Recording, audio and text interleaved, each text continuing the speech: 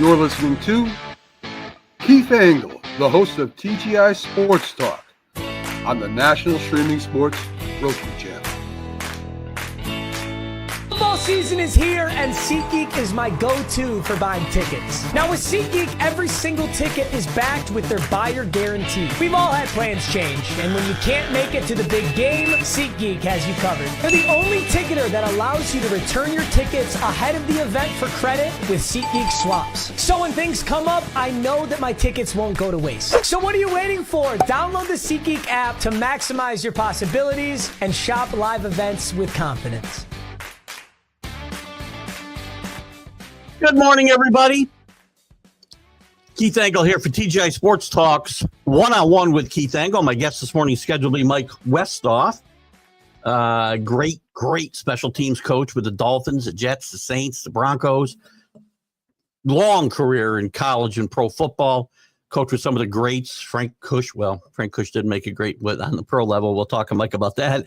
Coach with John Shula, with Jimmy Johnson, with Rex Ryan, is he a great? I don't know. But we'll talk to Mike about his. He's got a great book out called Figure It Out, My 32-Year Journey While Revolutionizing a Pro Football Special Team. So we'll wait for Mike. Mike's not with us yet. I just messaged his assistant, and she's giving him a buzz.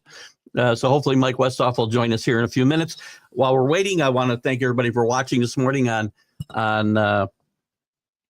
where are we watching? On Facebook, on YouTube, on Twitter, or X. We're live on Roku on the National Streaming Sports Network. Hopefully you're getting those apps downloaded. Great stuff there. I want to thank the groups that allow me to share. As always, John Gonzalez, the Sports Authority, is one of the best groups out there. I know a lot of you guys have joined and participate, so please continue to do so. Greg Rawlings with his football and his baseball groups. Again, America's Pastime, which won't necessarily apply for today's show, but he's got pro football sites as well as college. And who else? The Flo and the Gang at Bottom Line Sports, big supporter of this show, and we support them. Go check out their podcast, which is live. They do live on Let's Talk Sports, who's still a good friend of this. Speaking of which, thumbs up, DDH. Who started Let's Talk Sports, and Tanner D's doing a great job continuing that. Lots of great shows over there. Just got a message that Mike is popping in as we speak, so we'll finish up here. Ralph Williams, quick shout out to him at RW Media. Ralph does some great stuff there in Pittsburgh, including the Sports Corner he does every Tuesday from 4 to 6 p.m. Eastern with Smoking Jim Frazier. I've been on that show many times and have a blast all the time. Expect to be on before the draft as well. What else? Next week we'll have a guest, Kevin Bryan, who's written a book, which I don't have the name of in front of me right now. I apologize, Kevin. But it is about the NFL and how teams gain a competitive edge and how they go about doing that. So we'll have Kevin on next week at 9 a.m. and then we'll have we're lining up guests. We're full for March, and we'll cover those in just a minute. I did see Mike just pop in the studio, so we'll bring him in a second. Let me give him a quick intro. A lot of you know Mike Westhoff, many years, 32 years, according to the title of his book. Again, that book is Figure It Out, My 32-Year Journey While Revolutionizing Pro Football Special Teams. Mike has had a long career through college, into the pros, and again, one of the great special team players in the history of football. And I'm frozen again. What is going on with StreamYard? I know that you guys don't see me frozen, but give me a second. I don't know what'll happen when Mike and I are both doing this. Give me 1 second.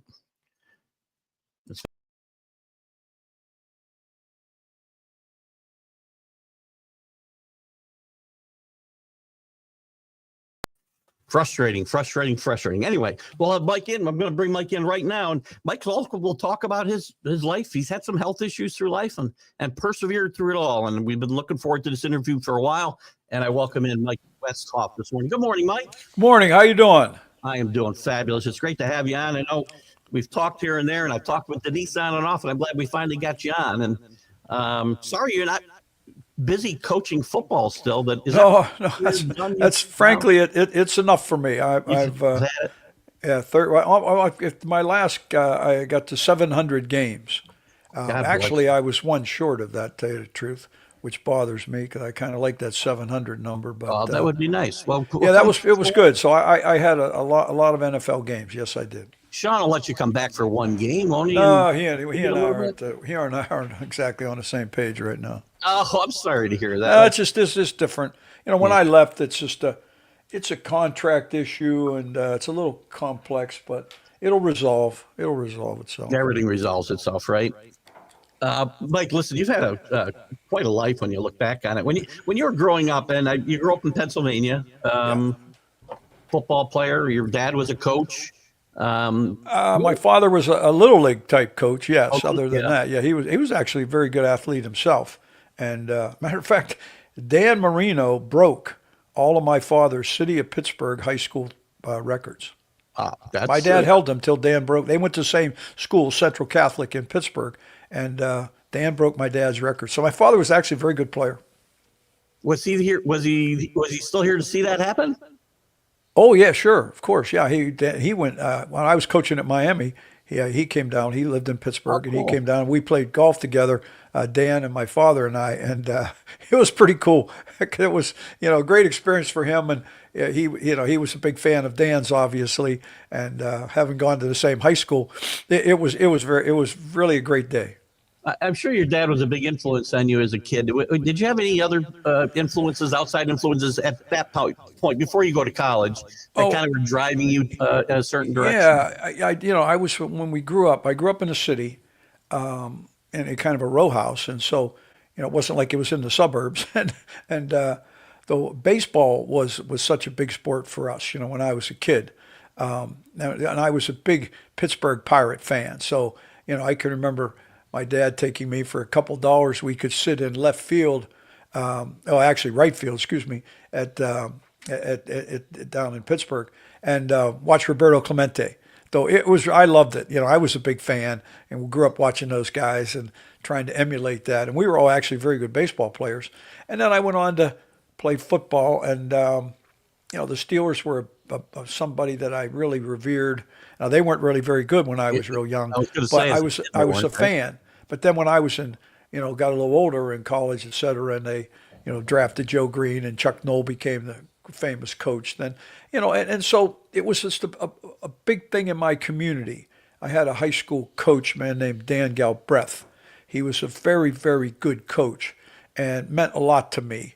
And it was something that I was young for when I started high school, because my parents, they got married very young. Yeah. Put me in school when I was like 3 years old, I think. I teased them. And so I was always a little bit behind in that regard. So here I'm a sophomore in high school, and I'm the youngest kid in the class. But I figured it out. And I was the first sophomore that started at our high school ever. I was the first. And we were good. When I was a senior, we were undefeated. We were arguably maybe the best team in the state. We were a very good football team. And he had a big influence on me.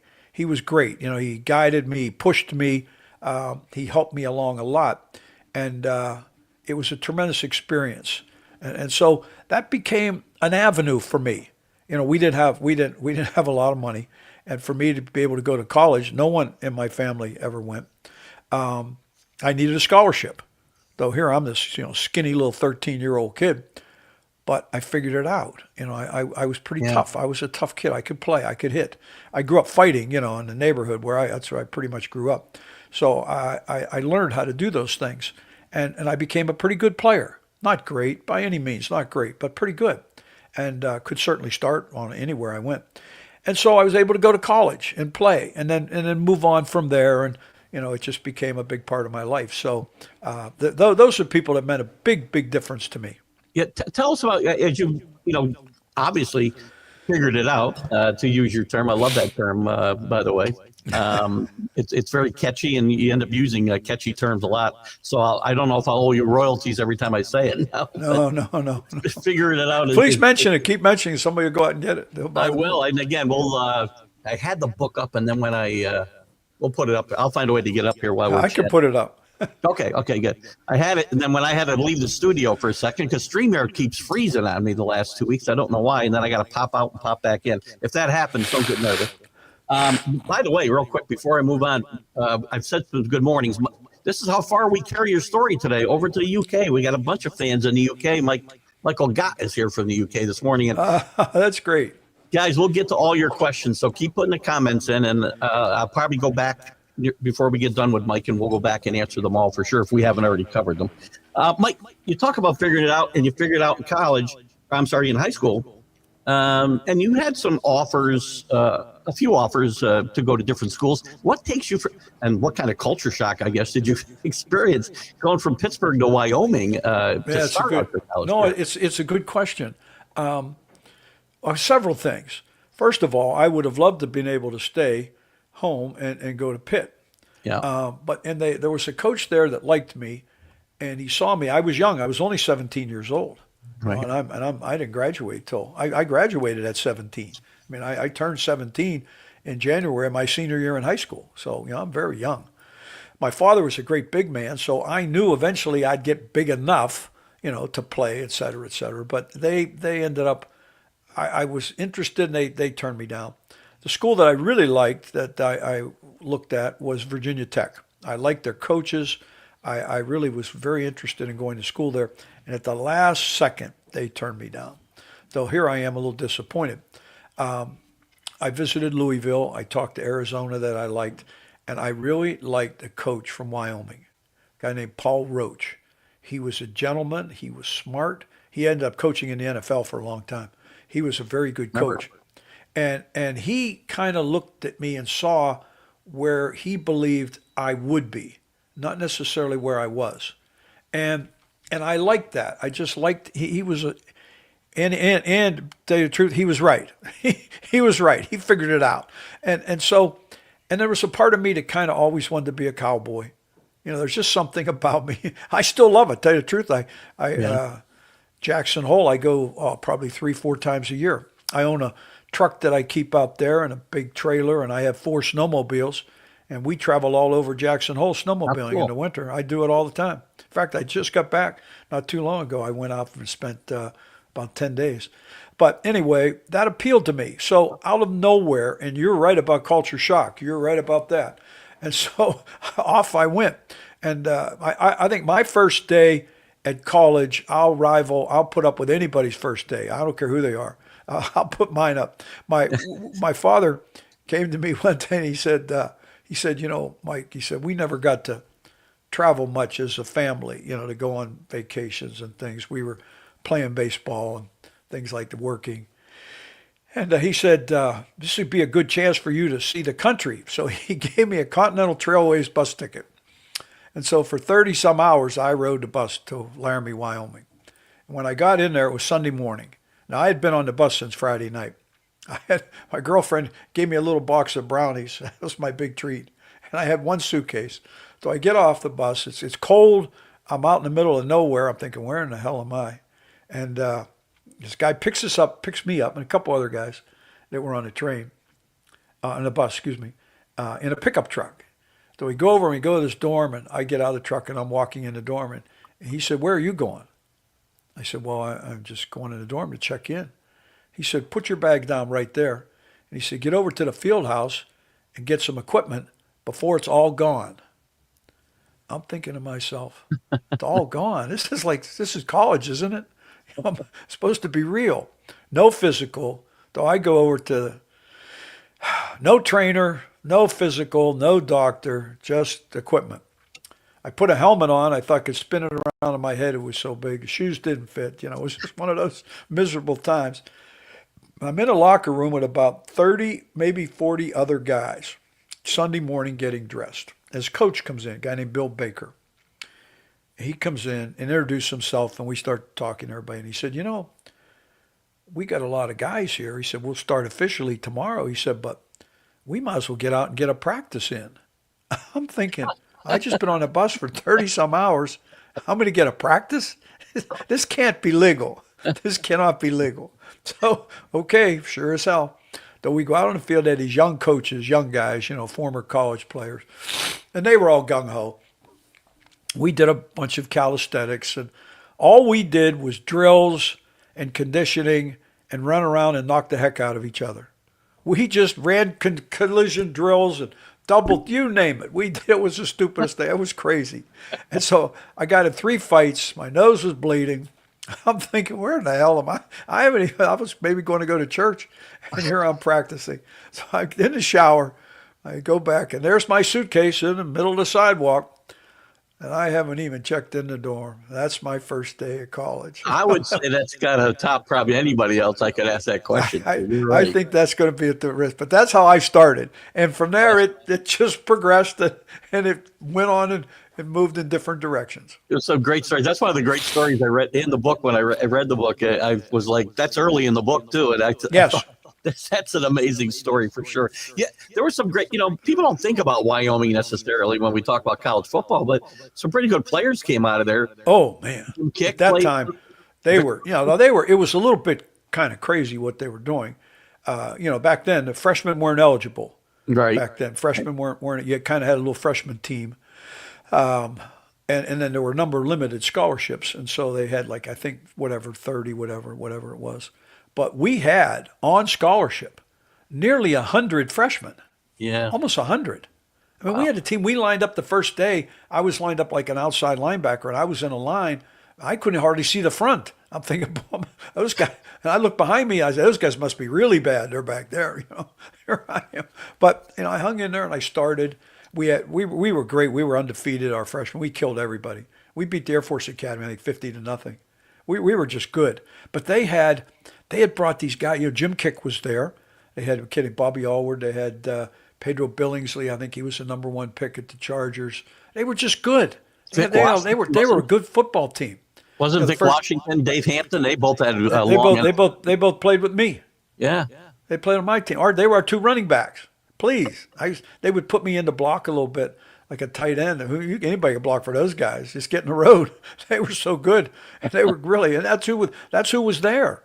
Jim Kick. This was a good football team. They went first year. They went down to Sun Bowl and beat somebody, and then the second year, they went to the Sugar Bowl, and I think lost to LSU in a great game.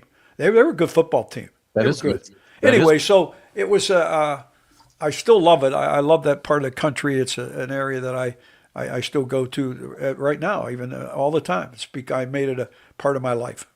What led to the circumstances from you leaving Wyoming and moving on to? They were so they were just, it was tough what they were doing, and it just wasn't fair, and it just sat very poorly with me. Toward the end, after spring ball, they told all the freshmen we had a time to be at the field house to meet with the coach, Lloyd Eaton. So I get over, there's a big line, everybody's waiting to go see him. And basically what he's doing, they were cutting guys. They just cut everybody. Like I went in and I sat with them, and he was telling me things that I did well and things I didn't do well, and he was talking to me about getting bigger, doing this. And I said, I'm working on it. I haven't even turned 18 yet. Give me a break. Anyway, he said, we're going to keep 23 freshman football players. We're going to keep 23 on scholarship. Out of 100. Out of 100, yeah. And he said, and by the way, you're number 23. I'll never forget it. That's what he told me. Now, I knew I could end up playing. I was going to be redshirted. He was going to redshirt me. And I got discouraged. I got disgusted. And I thought, I'm going to leave. And I talked to coach at Pitt, and that guy said, that's right, I wanted to go back. And he was excited. But then before it ever got a chance to happen, he went to another school, and I lost my chance to go there.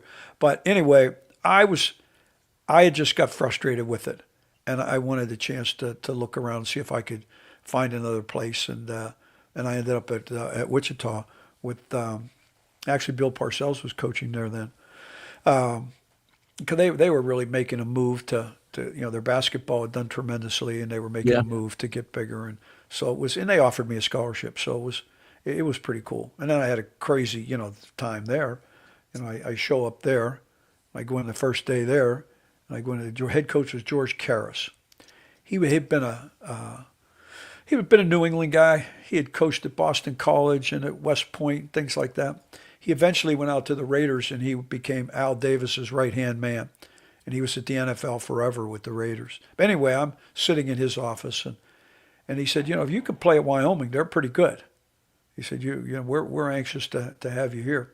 And he said, you'll be redshirted. You're not this whole year, give you a year to grow and develop, which is what I needed. It was exactly what I had to have. Because then I could catch up to everybody. I would get bigger and stronger. And he said, you know what, though? He said, I really don't know that much about you. He said, I'll tell you what, I'll make you a deal. Here's the deal. He said, we start school in 2 weeks, or maybe it's like 12 days. And he said, you're going to practice against the varsity every day, wherever I put you. He said, after that time, you'll come back to my office. And he had my scholarship there, which I signed. And he said, I'll sign the scholarship or I'll give you a plane ticket home. I said, well, that's my first day at college. So that goes right down. We had an equipment man, an old guy named Phil was my buddy, became my friend. And I went in to see him. I said, okay. I introduced myself. I said, here's what I have to have. I told him I wanted a particular type helmet. And I wanted a couple little things. I said, because I'm going to fight everybody on this field. I said, you're going to not see anyone like me. I said, so get ready. I said, second after it was the second day, I was walking off the field and Karras came by me and he said, swing by the office and pick up your scholarship. He said, I signed it after the first practice. And I went on to be captain, most valuable player, and I figured it out, but it wasn't easy. I had no easy ways. I had to fight for everything. So I kind of like it. We'll get to a lot of these comments later, but that's pretty cool.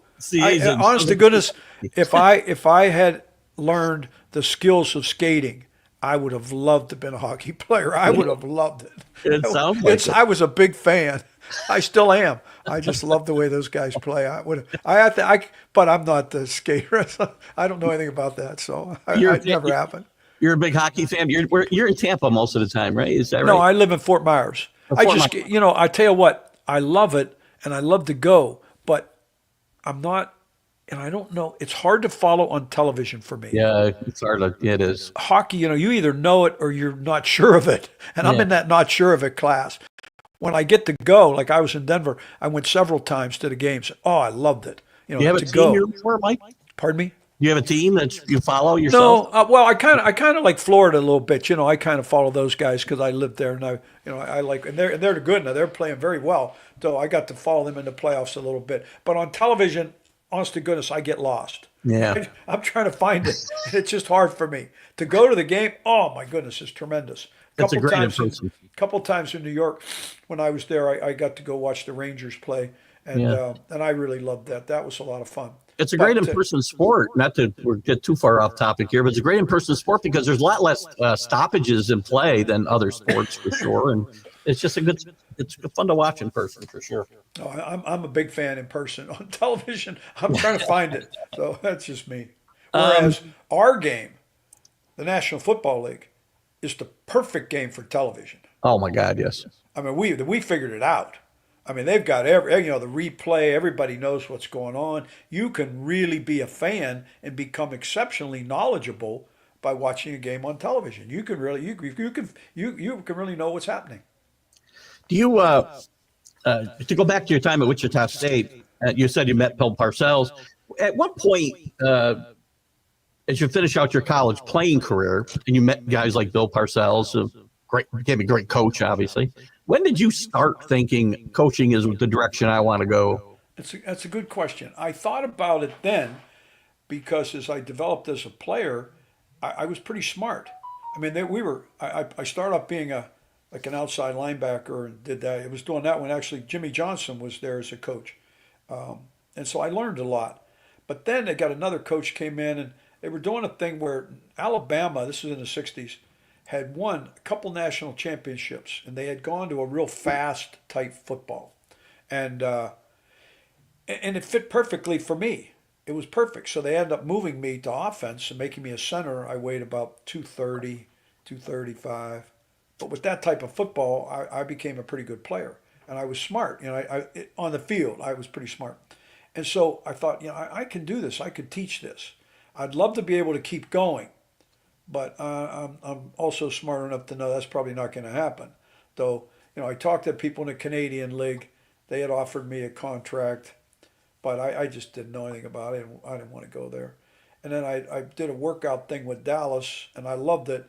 But that was after about 20 minutes. I think they realized that wasn't going to happen. So I was like a lot of college kids. I was good enough for certain positions, but not big enough. Yeah. I was big enough for others, but not good enough. Yeah. And it's exactly what I saw in my NFL career. So, I went back to Pennsylvania and I taught and coached in high school for several years, like 3, 4 years. And we were pretty good. I coached on one team that was really good. And then I had a chance. I was coaching a particular high school, and Lee Corso was the head coach at Indiana, and Lee came in recruiting. We had an excellent group of kids that went to colleges on this one team that we had. And Lee came in. As a matter of fact, he signed an offensive lineman. And he got talking with me because I had played against his Louisville team. Though he knew who I was. I was captain, and he knew who I was. And we got talking, and he said to me, "Have you ever thought about coaching in college?" And I said, "Yes, sir." And I said, "Well, I'm taking some graduate courses at the University of Pittsburgh." And I said, so I kind of had that thought in mind. And he said, "Well, why don't you try something?" He said, "Contact the university, apply, see if you can get into grad school, and you'll be able to come with me as a graduate assistant, and I'll find a role for you. We've got a little bit of money. We don't have much, but, a little bit, da-da-da-da-da." I said, okay. So I applied. Next thing you know, I got in grad school, and I packed up. My wife she worked in a laboratory reading slides. She was really good at it, cancer slides, so she could get a job in any hospital, anywhere. So we went to Bloomington. She got a job. I picked up my couple little dollars that Lee promised me, which wasn't very much, to tell you the truth. In fact, I ended up working a job. That's what he helped me with. But I went to work. I started coaching there, and I enjoyed it, and it was fun, and I had a ball. I loved it, and I got to meet some really good people.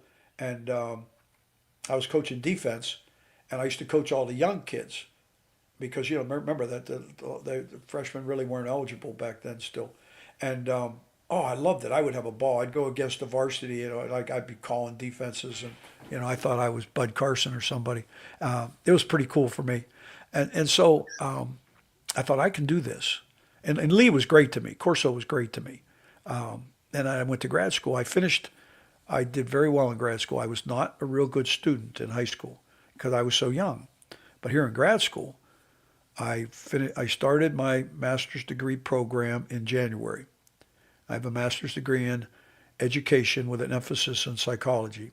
And I finished the program, got all A's before football started. So I did pretty good.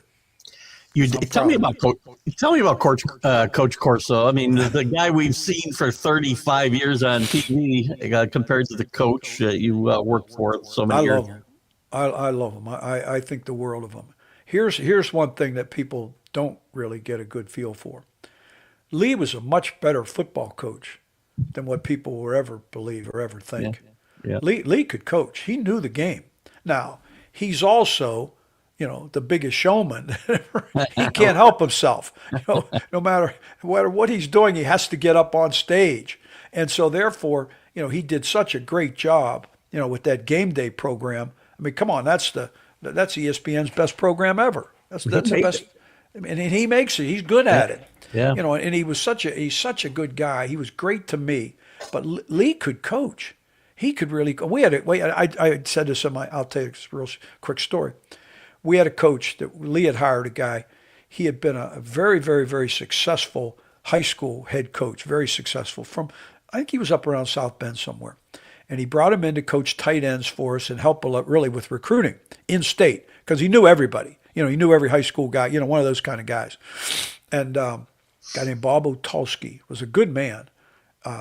As a real good technical coach, I don't think Bob couldn't draw a play to save his life. No disrespect, Bob. I hope you're not listening.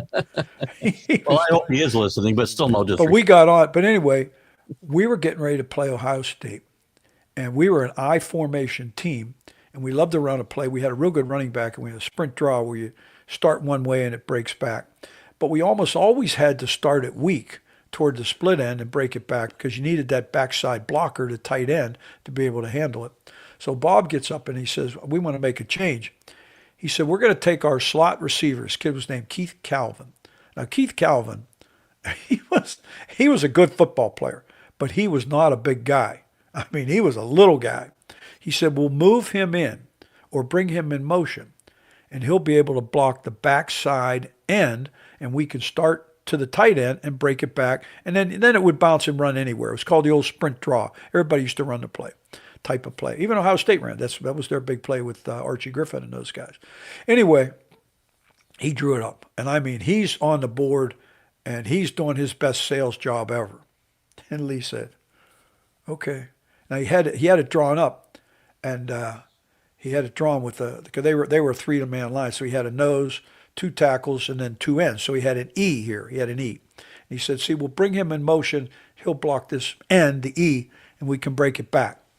Lee said, that's pretty good. He said, that'll work. He said, but here's the problem.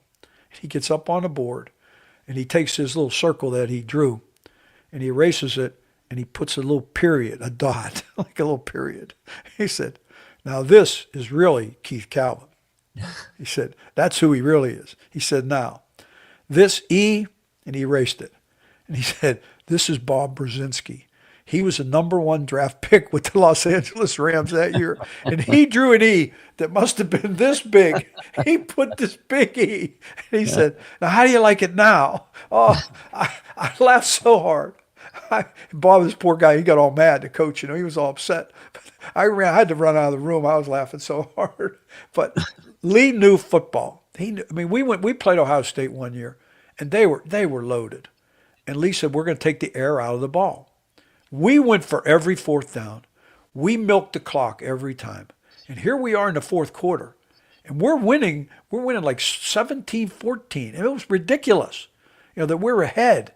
Or maybe 7. It was real close. They ended up scoring a field goal at the end and barely beat us. And we shouldn't even have been in the game because we weren't near as talented.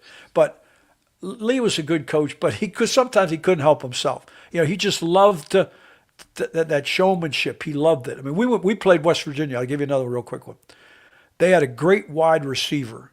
We played him at West Virginia, a kid named Danny Buggs. He was really good. Went in the NFL. In the pregame, all of our defensive backs come out to warm up with big giant fly swatters taped to their helmets. We're going to kill the Bugs. I think the Bugs scored like 50 points on us. We didn't kill the Bugs. They killed us. But Lee couldn't help himself. But he's a good man, and I think the world of him. And he was great to me. He never paid me a penny. He never paid me a penny. He owes you a lot of money, Mike. Well, as it turned out, he does, yeah. But he got me a job, and I used to go to work. This was before, well, not during the season, but the rest of the time. Even during the season, one year, I would go to work from 7 a.m. to 11, 4 days a week, and they paid me for 5 full days. This guy was a big booster, and he was building campus housing. Yeah. And then I would come over and I'd go to work at the office and do things like that. But he helped me. I remember one day he gave me the keys to his brand new car. And he said, okay, do me a favor. We had an elderly gentleman as a coach that had been there for 100 years, and he had died. And Woody Hayes was coming over to the funeral. And he said, Mike, I want you to go up to the airport, Indianapolis, pick up Woody Hayes and be his driver, guest, whatever, host. So I spent 3 days with Woody Hayes. It was the best. I learned, it was the greatest. He was such a gentleman. He was so smart. And I remember the last day we're driving and he's talking to me, and he said, Coach, you and I have spent a lot of time talking. I said, yes, sir. And he said, I want you to remember something. He said, now you're going to do this. He said, you're going to do this for a long time. He said, don't ever make a decision on a player based on a number. A good number, a bad number, don't do it. Watch him play, see how he can do it. Just because he's the right size, that doesn't mean he's a player. He said, I never saw a weightlifter that was a player. I've seen a lot of players that learn how to lift weights. And he said, don't forget it. Well, I never forgot it. I'm the only coach. There were some scouts, but I'm the only coach that went to Lubbock, Texas to work out Zach Thomas. Zach Thomas was 5. When I went there, he was 5'10 and a half, and he weighed 223 pounds. Well, I also was the only coach he invited to the Hall of Fame. Yeah. I sat in the front row. The eye test matters, right? He was just a player. I didn't care if he was 5'10". Yeah. I didn't care. He was 5. He was a player. He made every tackle. Yeah. Yeah, he was just a great football player. And so he's still actually, I talked to him. He comes over and goes fishing with me all the time. So we're still pretty close. But I learned that from Woody Hayes because of Lee Corso. So you brought up a guy that I have the deepest respect for. That's awesome. Before we jump ahead to your NFL career, like any assistant coach, it's a bit nomadic, right? Especially through the college ranks, and yours is a little bit the same. I have a little. I didn't quite have as much of that as some people do.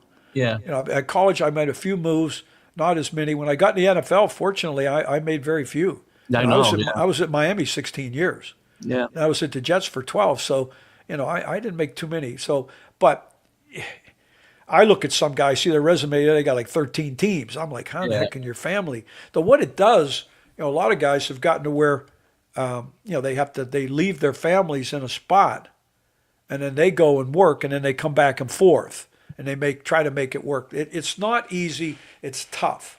It's difficult. I kind of go back to the days we didn't make as much money. We did not even close. But when I first went to Miami, it was really like a family. I mean, we had like 8 coaches, but you know, Don Shula was a very powerful head coach, but he coached. You know, he was the offensive coordinator, and he could coach everything. And so, but everybody was, you know, my contract certainly wasn't even near the last one I signed. It wasn't even close. But it was a great situation. There was a togetherness there, and I admire that, and I love that, and I wish in some ways, you know, I mean, we had 8, now they have 28. I was just going to say, how many were there your last coaching job? 25, 28. It's like, I didn't even, be honest with you, if you put down a big pile of money on a table, I couldn't tell you every name. Yeah. I didn't know every guy. I didn't know who they were. After a while, I said, well, who's he coach? Oh, he's tight end. Okay, who's it? And then there's 3 of them. I said, only got one position. You got 3 guys. So I believe in the National Football League, and a lot of it is just being fortuitous. I came through the best time ever that there ever was, and I think there ever will be. Because of the fact the game had developed, it wasn't just, you know, a slugfest. Things had really begun to change. Yeah. You saw the speed come in, but the great coaches were there. I mean, come on, I'm coaching in the Senior Bowl. We were at Baltimore. We really wanted to coach the Senior Bowl to get a chance. It was our first draft, our second draft actually. So we're coaching the North team. Dan Marino was our quarterback. All right, so we're in Mobile, and I mean it was really it wasn't all the media in the stands. I mean, this was coaches and scouts only. Okay, so it's we're in full pads and da-da-da.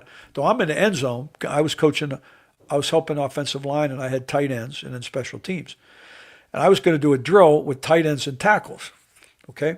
And standing right at the edge of the back of the end zone with their pads, their notebooks, with their rosters were Don Shula, Tom Landry, and Chuck Noll. And I'm thinking to myself, Don Shula, Tom Landry, Chuck Noll. And I'm thinking, I'm going to be 5 yards from them. I said to myself, you know, Mike, they're not here to see you, but they're going to hear every word you say. So make sure you have your A game. Yeah. Till the last day I coached, when I stepped onto that field and talked to guys, I remembered that standing right behind them were Don Shula, Tom Landry, and Chuck Noll. And I did it for 700 games, and it worked. That was, to me, the greatest. All those guys that were coaching at that time. I mean, it was the all-star team. Right now, I couldn't name every NFL coach. I don't know who they are. You know, the way you coached and dealt with players, what was your philosophy? And I'm sure that your degree in psychology probably came into play in coaching quite a bit, I would think. What was your philosophy as far as handling players? Did you treat different players differently that needed a kick in the ass and some maybe didn't? To a degree, yes, absolutely. Yeah. I tried to be fair with everybody, but I can be very tough. I'm hard. Yeah. I'm not easy, and I'm not for everybody. But I have the deepest respect for them, and I respect what they do, and I respect who they are. I won't acquiesce. And just because because you want to hear a certain type of music, okay, that's great. God bless you. But when you come around me, we're not playing that. and there's certain words that you're not ever allowed to use when you're around me. Yeah. Never, ever. And I'll tell them. I said, not in my meeting, not here. You want to talk that way? I don't care what. You go ahead, go home. You're not here. And so, I took it upon myself to try to make them become Phi Beta Kappa at what they were doing. I expected them to learn, and I was gonna. If they weren't learning, it was my fault. I was gonna take it on, and I was tough on myself. I still am to this day. There's still things I go back. I woke up last night and I was thinking about a block a guy missed. I can't even believe it. I'm thinking, how stupid am I?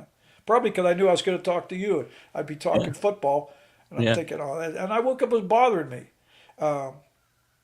There was to go to my degree a little bit, I'm a big believer. There was a Israeli psychologist, a guy named Haim Janot, and it dealt with children. And his philosophy was that if you see a child in a particular avenue, and you try to treat him according to the end of that goal, his chances of achieving it become pretty good. He said, all of a sudden, your fourth grade kid comes home and, oh, what a dummy. How could you do that? Well, then he might end up being a dummy. Though I never did that. I always saw them as being pretty good, and I tried to encourage them. And I would, I'd call them out in class, and I'd say, okay, and I'd give them questions. So sometimes it's tough. I never ever embarrassed them. I wouldn't humiliate them, but I made sure they had to know there was a responsibility with it, and so. And then I tried to come up with, okay, what's the best way? And I think I developed a system that was very, very easy to learn and lightning fast. Lightning fast. I mean, I remember I was, our offensive, which actually Sean Payton's a very good offensive teacher. But it takes a little time sometimes. It takes time to learn it. I mean, I would watch the offensive and defensive film sometimes, and I'm sitting there on a Tuesday watching our offense. And on a computer, up above, it's got the down and distance, and it has the play. Okay, it's got the play. Well, I'm sitting there looking, I'm reading the play. And I'm reading it, and I'm reading it, and I'm reading it. And it's like, I think it was 19 words. And I thought, that's longer than the preamble to the Constitution. So I was torturing. How the hell can you, no wonder he jumped offside. He's trying to figure out I'm just, everybody's different. We all learn things differently. Mm-hmm. For me, that doesn't work for me. I want things very precise and very concise, and I love doing it that way. So that's a learning process that I had, and I think I developed it. So you well. got, as a special teams coach, as your career went on, and you got a reputation in the league, even as a special teams coach. I know you coach offensive line and linebacker, and tight ends, and different things. Special teams are what you became known for. Right. Did you still have input in a lot of input in other parts of the game? Depending on when I was at, back in Baltimore, yes, very definitely. When I first started, sure, because we were doing it. That's where I was when I first got hired. Frank Cush hired me. He had come from the Canadian League after he had left Arizona State, and with the Baltimore Colts. And I was going to coach. I was actually, believe it or not, I was a strength coach because they needed one. I ended up hiring one later on after about 2 years. Thank goodness. I coached. I was tight ends. I helped with the offensive line, and I was Frank's assistant. And so we did all that, and then our special teams coach, this guy, he was really struggling. And Frank, I was out jogging one day, and Frank came with me, and he said he was going to fire the guy. And I said, oh, don't do that. It's a lot for what he's trying to do. I said, look, I'll take special teams over. I'll take it over. So I did. Well, that was back in 1983. And the league went on strike at the beginning of the year. I had 9 games or something. They were out. And so I started, and I'm looking at everything. And what I learned in a hurry was that there was very, very little innovation. Everything was every team pretty much the same. But there was absolutely zero regulation. You could try anything. So I developed a philosophy. I was going to teach our return game very much like I would teach an offensive running play, the exact perimeters. And then with the coverage unit, like kickoff or whatever, actually I went to our defensive coordinator, a great defensive coach, a guy named Bud Carson. He's the steel curtain guy. with Joe Green and those guys. Yeah. So I Great went into coach. Bud and I said, okay. I said, here's what I need. Tell me the perimeters of blitzing. What's your philosophy? Because I'm going to treat kickoff coverage like a blitz. Now, back then, you could move guys over, you could do everything. Now you got to line up like you're in the fifth grade, please. And so Bud showed me. So We'll first talk thing about that. he said, the first thing you have to do is establish an edge. So you're never going to escape this way. And so I thought, well, okay, I could use the sideline as my 12th player. So we'll kick to the side, and I started doing it. And I don't know, I think it was probably the most productive way in maybe in NFL history, what we did. And it worked great, and that's where I got it from.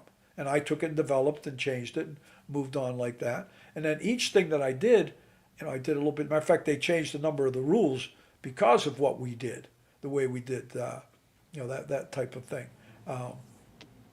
But I had a ball doing it. And the more I saw, the more creative I could become. Then I would watch other teams that started to do it too, and then I would steal a little something from them. And of course, I act like I invented all of it, but I really didn't. But it was pretty cool. It was fun for me to do. You spoke about your start in Baltimore, and you speak in your book pretty highly, I think, of Frank Kush, and Yes. I think he's kind of gotten it feels like things I've read over the years, a kind of a bad rap as a coach in the NFL anyway. Maybe never got a chance, Correct. but he was a Correct. different kind of coach. He couldn't coach today, I'm sure. But what are your thoughts about Frank Kush? Frank. Here's the thing with Frank.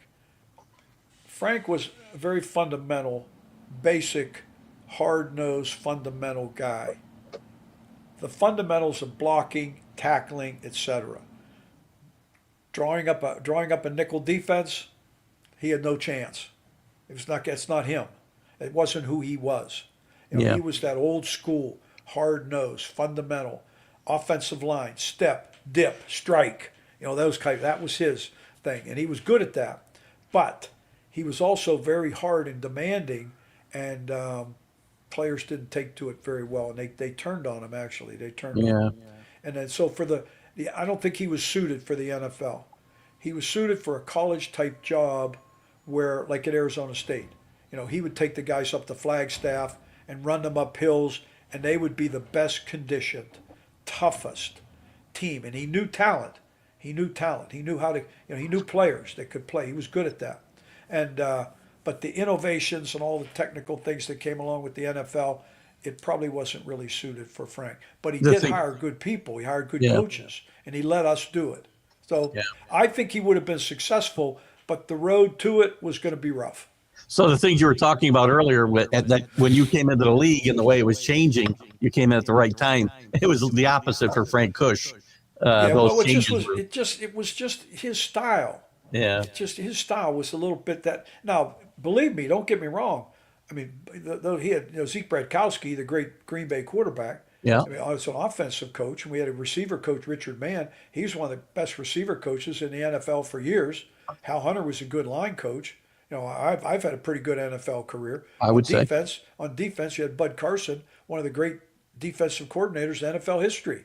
And he's one of the. You name five guys, everybody names Bud. You mentioned the Steelers with Bud Carson, but wasn't he a big architect of the Jet defense? He was there for a while, but he was the real guy with the Steelers. That's where he did it all. Yeah, I remember that. He's the Joe Green and that great defense that they had, the Super Bowls. That was Bud. Bud was an excellent football coach, excellent, and he helped me tremendously. He and I was inducted, which is I'm very, very proud of, into the Western Pennsylvania Hall of Fame at the same time. It was pretty cool for me, because that's Mike Ditka, Dan Marino, that's Johnny Unitas. So I'm very proud of that. That's some good company, Mike. That's very good. It was good company the day I went in, because the day I went in, it was Ted Marchibroda, Bud Carson, and myself for football. That's still good company for sure. It was pretty cool. Yeah, I was very, very proud. That's awesome. Congratulations on that. Listen, before you started your long run with the Dolphins, and we'll wrap up the Frank Kush part of this, you did follow him to the USFL with Arizona. What was it like in the USFL? Was it going to ever have a chance to make it? No, based on what you saw? Wasn't. No. Donald Trump was big and involved in that. Yeah. Like President Trump, he sees, he just wants to, boom, he's going like this. Yeah. He wanted to find a way to get a team or two that would be absorbed into the NFL. Right. That was his goal. And so he was going to, pump a bunch of money into it and get some players. Um, there were a lot of good players in it. It was good. Steve Young was playing at that time in the NFL, in the USFL. Yeah. Doug Williams was playing in the USFL. Randy White was playing in the USFL. Kelly. Come on, it was a lot of good players. Yeah. And so I went with Frank out to Arizona Outlaws. I was the offensive line coach, and I had a really good group. I mean, we were good. I had an offensive lineman named Tommy Thayer. He was drafted by the Bears. He played on that great Bear teams. He was starting guard for them forever. He played. I had an offensive lineman named Alvin Powell. Went to Seattle. One of the great offensive linemen. It was a good group. I mean, I had a ball. And Doug Williams was our quarterback. Yeah. Who I have tremendous respect for. He was a great guy and a great football player. And so it was fun. It was fun. I enjoyed it. We were good. We were in the playoffs. We got beat. I think Memphis or somebody beat us. But we were a good football team, and we fought. Yeah. Now you just knew that it wasn't going to last because they had that lawsuit, and it was a mess. Do you think if that hadn't happened, because it's a great 30 for 30, I think you mentioned one earlier, who killed the USFL, and they go into the whole Trump thing. If they had stayed in the spring and there was no lawsuit, did they have a chance if they stayed that way or not? If they would have stayed, would have stayed. The problem was, when they first got it started, they signed, so many big time players. Yeah. I mean, guys that everybody was trying to draft. Boom, they're going over here. Wait a minute, Steve Young. You start taking some really good football players, and though that would have probably dropped it a little bit, but it would have sustained for a certain point in time. It would have sustained for a while, but it was, it's just tough. I'm not a big spring league guy, to tell you the truth. I'm not a real big fan of it. I know this. The game. There aren't that many great NFL players. So don't tell me you're going to have a bunch of great XFL players or whatever, because they're just not. God bless them. They're good kids, but it's a different game. It's a different game.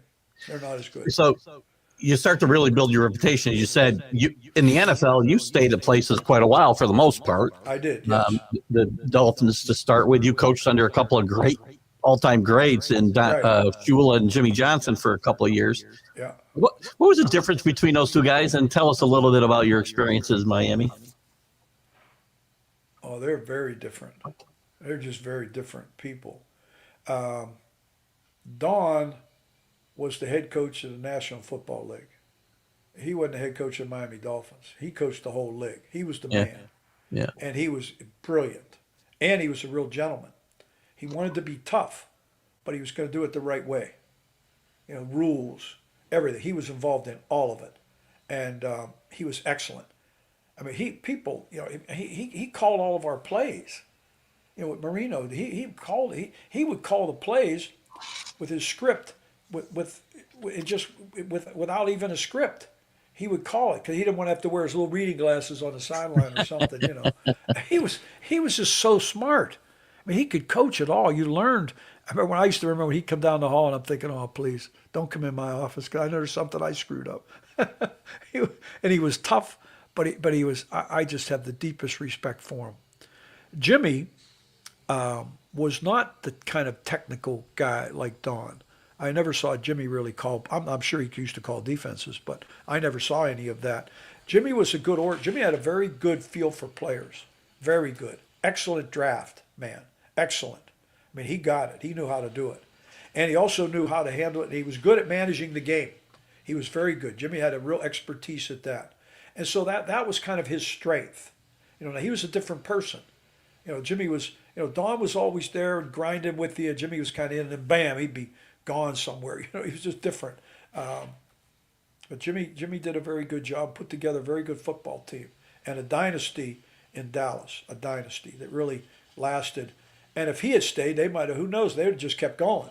Yeah. Even Barry Switzer came in and really didn't know much about the NFL and won the Super Bowl with Jimmy's guys. With Jimmy's guys, right? Yeah, Jimmy could put a football team together. He knew personnel. He was good at it. He was exceptional at it. And Don had done it for a long time, and he began to run out of gas a little bit. He did a great job with Marino, just a great job. I mean, they were a very good pair. Mike, what held those teams back? They get to a Super Bowl in '84, I want to say, and get beat by San Francisco. You guys did. Right. They were better. I gotta believe, yeah, they were a great team, but I gotta believe at that point you think, oh, we'll be back. We got Marino. We're gonna be back a lot of times. We should have been, but never got back. What was the? All of it. It's everyone else's fault except Dan Marino. He was the best. My favorite. My favorite quarterback by far. He's the way he worked, but we just struck out. We struck out on defense. Yeah. We tried several philosophies. None of them really worked. I was always a big believer that we should have been a very aggressive defense, lined up blitzing, coming after you, attacking you, with the idea if we failed and you scored, wait a minute, hold on a minute. Sure. I have to tell them not to do. Hey guys, don't do that. They run a vacuum in my house. I won't be able to hear you. My wife does it all the time. I get it. So anyway, because if they scored, and they score, okay, well here come Marino and Duper and Clayton. Okay, Yeah. Okay, so what? What you don't want to do is have, like we'd be playing Buffalo, and Buffalo was really good, very talented. 4 Super Bowls. Yeah, I know they lost, but they were still there. And we'd come out and we'd drive down and kick a field goal. Okay, and then they'd come out and they'd 8 minutes and get a field goal. Now the game's tied. Then we come out, touchdown. So they come out, and next thing you know, they beat us 38-36, stuff like that. Though I thought we had to. I don't agree with 1 second with our philosophy, with what we tried to do on defense at the time, and then we also struck out with some players, and we weren't the only team. This was kind of a thing that happened. We had injuries, a lot of injuries to some key guys, and what people don't realize is that some of those injuries were aided by steroids. That's why the big steroid testing came along, because all of a sudden the owners were like, what the hell's going on here? Why are all these guys getting hurt? And they realized that what was happening is that, there was that propensity for it, and guys were blowing up, bigger. So all of a sudden you got a guy's 270 and he should be 235. and so things like that. And so we had a couple of those. Now they came back and they played, of course, but we couldn't withstand. We didn't hit the home run that we needed to hit on defense, though we kind of weren't very good there. I was able to be pretty good. Because I had some pretty good guys. O.J. McDuffie, and I had Reggie Roby, the great punter, and I had Pete Stoyanovich, and then Alindo Mari, who's great kickers. But we struck out on defense. We weren't as good, and that kept us from going all the way. What, and we'll bring up, where is that here, before I get the comments, JB, welcome JB. He talks about, you gave Jim Jensen his nickname. What is Jim Jensen's nickname? I don't even know. Crash. Oh, Crash, right? I remember Because every time he hit somebody, it was like a crash. Jim was a tough guy. He was a good player, too. Great kid, great player, multi-talented. One of the great hybrid players of all time. There's some good ones. Man, I coached another one, too, with Taysom Hill in New Orleans. And everybody's taking credit for Taysom Hill. I'm the only one that deserves it. Because he never played. He never even played a play till I got there. I took him on special teams. And anyway, I get no credit. I should get all the credit because they're all full of baloney. He never played. He didn't even dress. I don't even know if they gave him a number, please. And I saw this guy in the locker room, and he looks like Arnold Schwarzenegger. And I'm thinking, who's this kid? And I said, well, he's a quarterback. He's always inactive. He said, so I said, whoa, I've had some luck with quarterbacks. And I went back to Jim Jensen. I had some guys at the Jets, too, like that. I had Brad Smith, and, of course, I had Tim Tebow for a little while. Yeah. And Tim wasn't a great quarterback, but Tim was a good athlete and did some good things for me. So Jim Jensen was the first. He could do it all. I mean, I'll rattle them off real quick. He could play wide receiver, tight end, halfback, fullback, all right? He could play quarterback, all right? He could punt, kick, hold, snap. On defense, he could play linebacker, safety. In the NFL. Jim Jensen was a football player. Tremendous versatility. And Coach I want- Shula knew how to use them. He I really do want knew to how talk about. Sorry about that. I do want to talk about some more of those guys. We're going to go a little over 10. If you're all right, going a little bit No, longer. I don't care. I don't know where to go. I want to say goodbye to our. We do have to say goodbye to our Roku audience, unfortunately, because there is another show that comes on at 10. But we can continue on our other platforms. And guys, we will get to your comments. I promise you.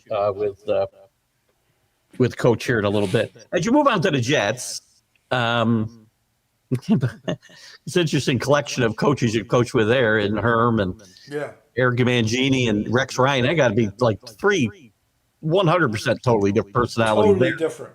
Yeah. Totally. It was good. I loved the Jets. I loved it. I loved New York.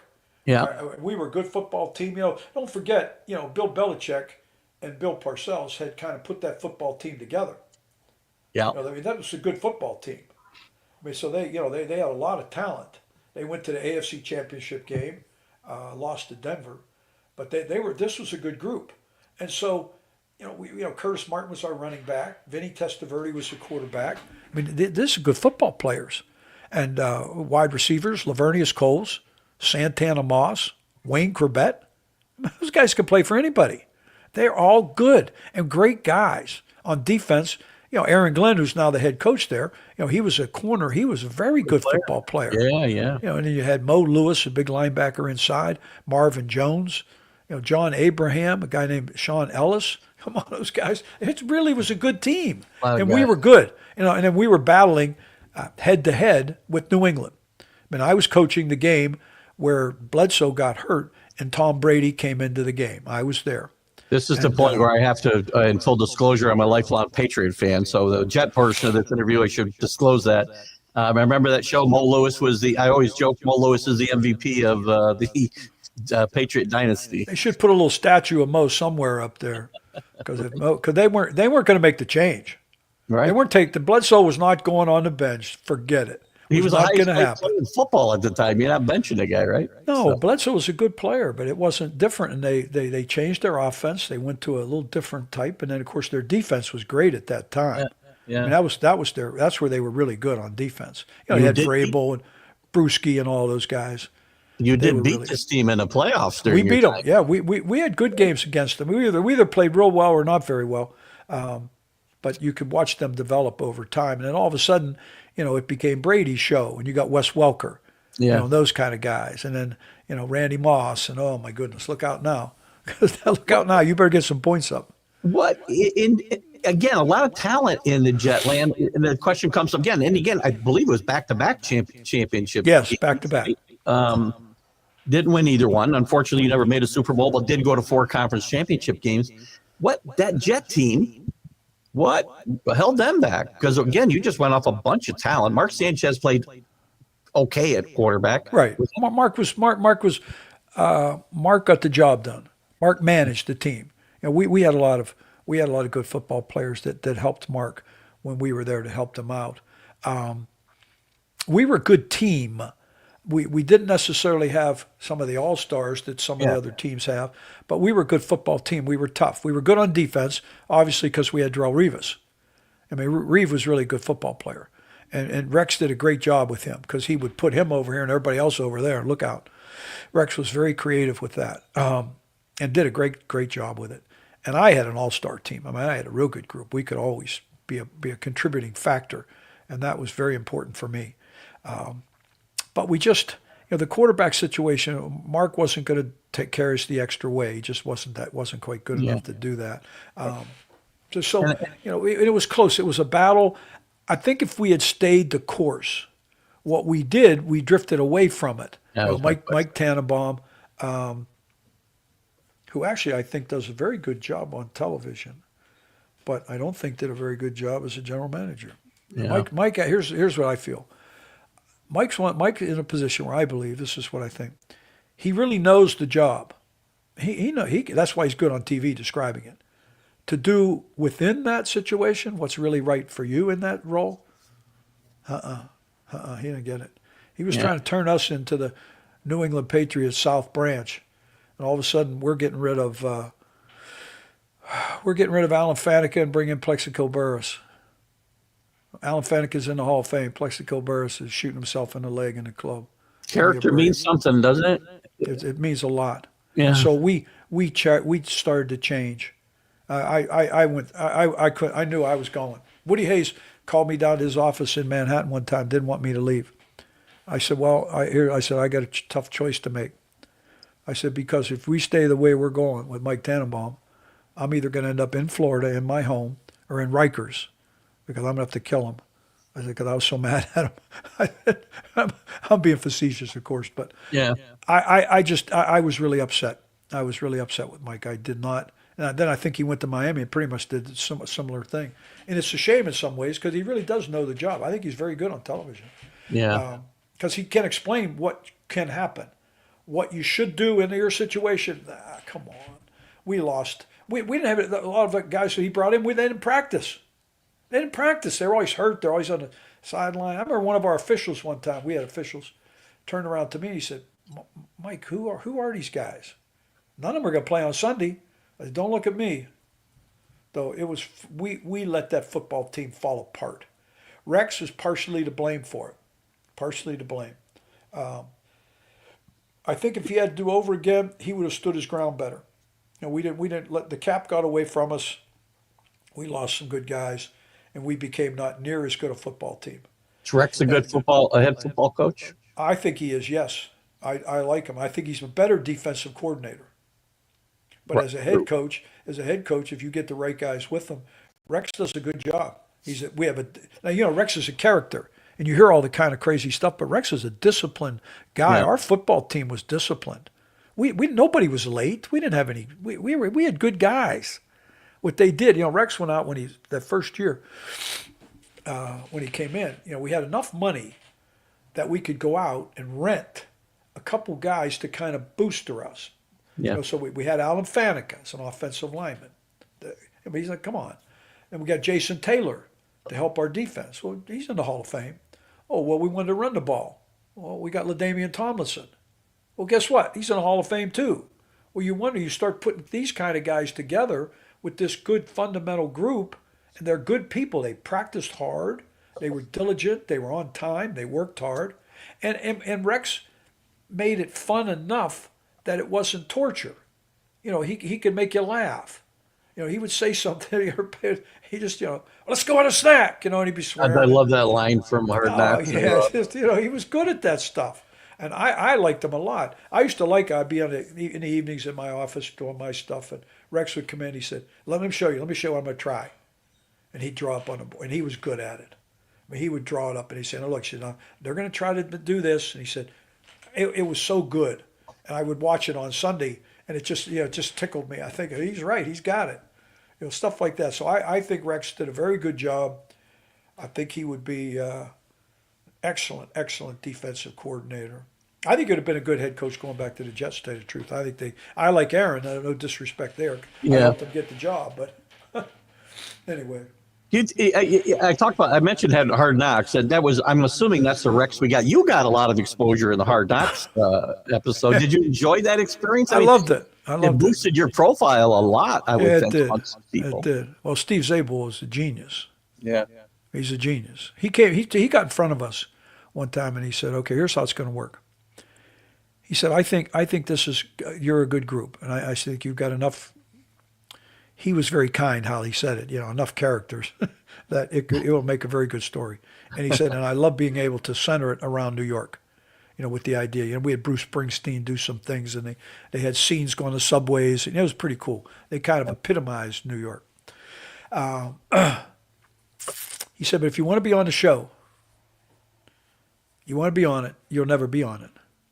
He said, be yourself, do your job. He said, we'll catch it. We'll catch it. They would film like 1,000 hours for a 1-hour show. They had cameras everywhere. I carried in my back pocket a little, it was about this big. It was like a little microphone that I had with me 24 hours a day. Yeah. Now they picked up stuff I didn't want them to say, but they they did a good job. They worked hard and they put it together. And so the stuff that I did, I never planned it. Man, it's just, we are who we are. It's how I talk to guys. I get upset and I say things to them and maybe it just comes out. I don't know where it comes out. It just happens. It's maybe sometime I'm glad it's directed at someone else, not back at me. But I liked Hard Knocks a lot. I liked it. And Steve came into me at the end.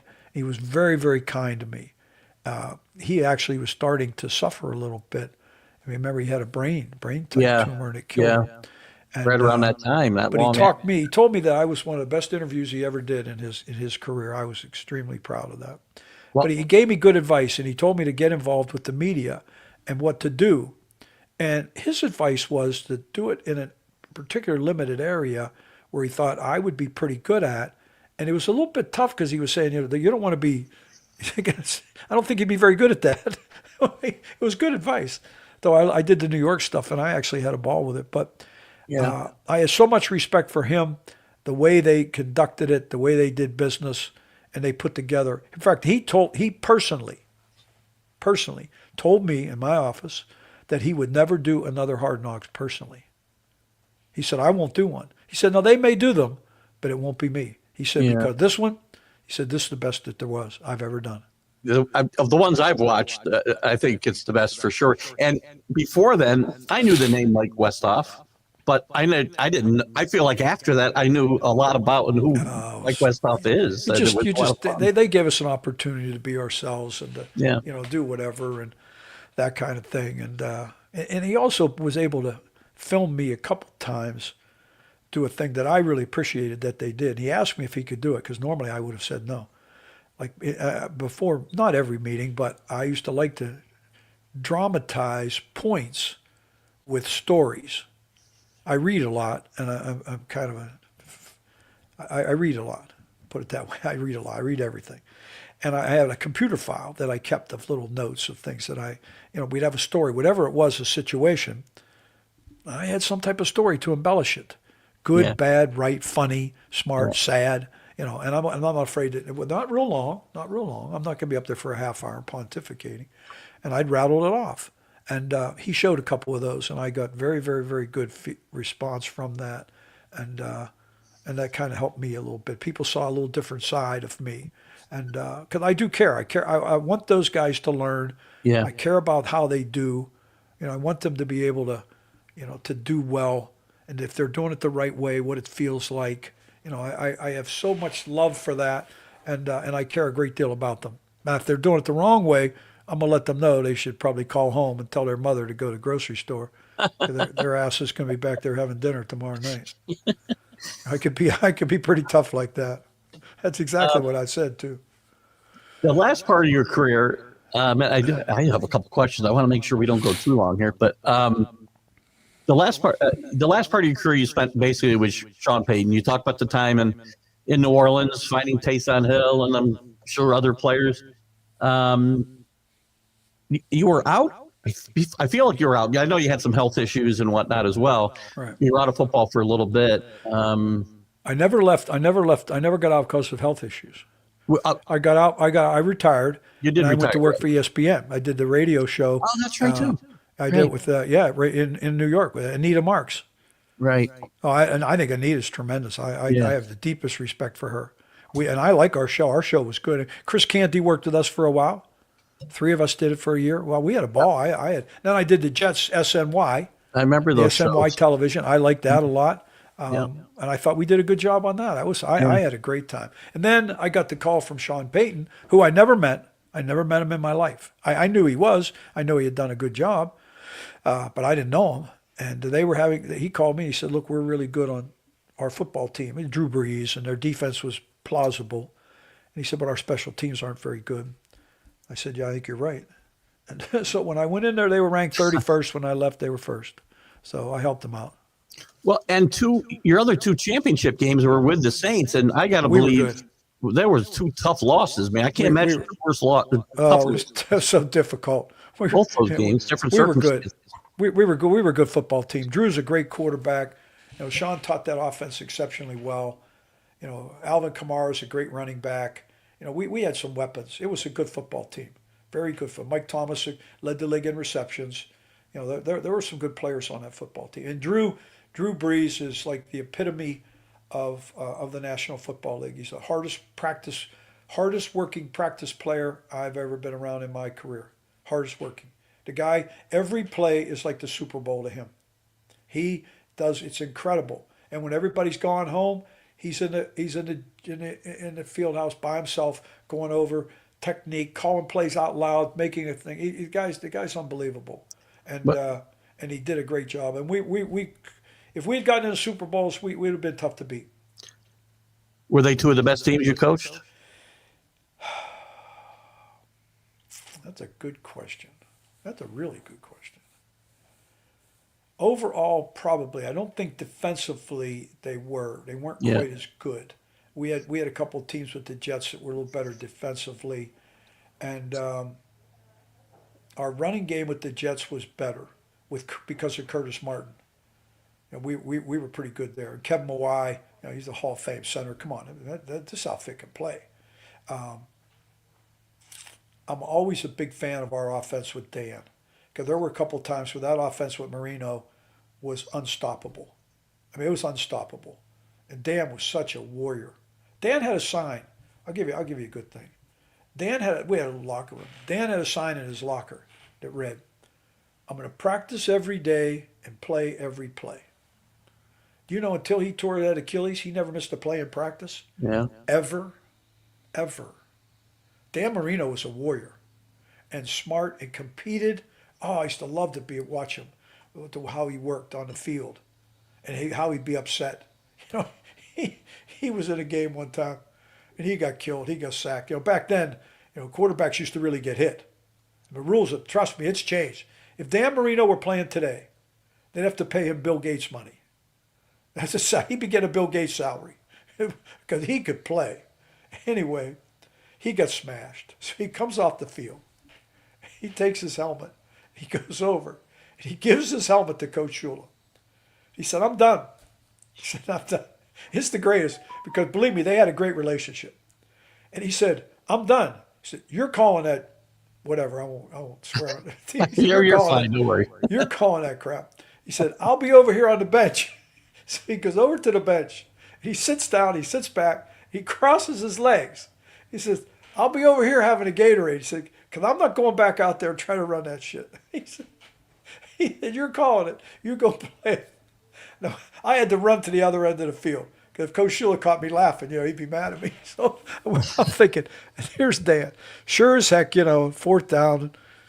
He comes. Coach Shula gave it immediately, threw his helmet at somebody, And so here comes Dan and grab his helmet, and away they go.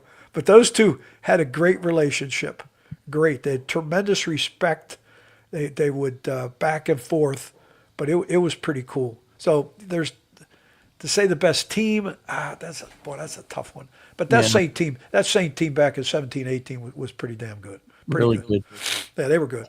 Couple of fluke plays. I mean, instant replay maybe ought to cover interferences. I don't know. That should have that should have never happened. That was not only, in fact, the kid got fined for helmet to helmet. Yeah, it was. I mean, come on, what are you going to do? You fine him $20,000 for helmet to helmet? You don't throw a flag? I mean, it's crazy. I mean, we would have scored one and gone to the Super Bowl. I mean, we were good. Yeah, losing championship games is hard no matter what, I'm sure. But because of the way you lost those two games, was one of them worse than the other? The Stefan Diggs play? No, they're all the same. You just lose them. I lost one at Miami to Buffalo. We just got beat, and we were playing at Miami, and the Super Bowl was at Miami. Yeah, and we lost that one. Oh, that killed me. But that's just part of it. I'm proud that I was able to go there. I'm disappointed. I don't think it. With my career, I don't think it affects it. It's not something because I know this. I know there's a number of coaches that coach the same thing as me that have Super Bowl rings. If we played them 10 times, I'd beat them 10 times, because I know I'm way better than them. I just know it. So I don't care. You have the ring, God bless you, but I know I'd kick your ass if I played you. I'm sorry. Because now you hit a button that's a little tough for me. I get a little angry on this one, because this is a tough one for me. I like to see the real passion. That's fine. I mean, it's hard, and I would have given anything. But at the same time, I think what I did a pretty good job of is, sometimes I think in any profession, you kind of have to figure out what you don't know. Okay, I know I don't run the whole team. I don't. I act like I do. There were times when I did it. It changed now. That's why with Denver, these Well, past 2 years was frustrating for me yeah. because the whole big picture, we had like 1,000 scouts, and I'm thinking this is, we like last year I went back and they had drafted a couple guys, and I was involved in the draft. And I'm thinking I'd have never drafted those guys. I would have not. They wouldn't play for me. They're terrible for me, and I was right. They were. So that's just the difference. I loved that role. When that role changed, it's time for me to go home and just be happy with where I was. I know that you got some issues going on with Sean Payton and the Broncos in general.